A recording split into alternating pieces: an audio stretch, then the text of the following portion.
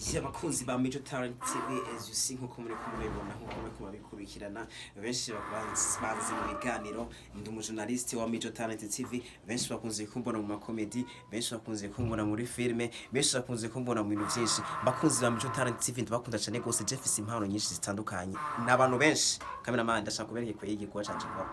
je ndi mu videography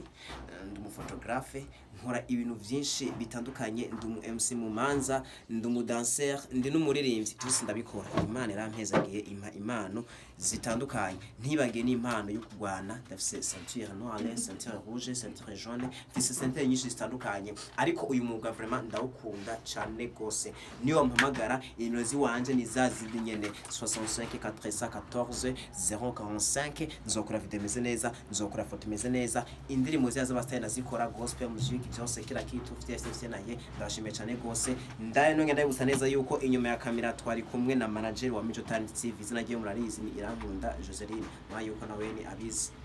sinamenyereye umuze muri filime ariko nawe sinenzi yuko azi gukamera gusa namwemeye cyane gose afise telefone bita iPhone 15 Pro Max nyeri karankameza murabona yuko ari amavuta I like so much radio okay thank you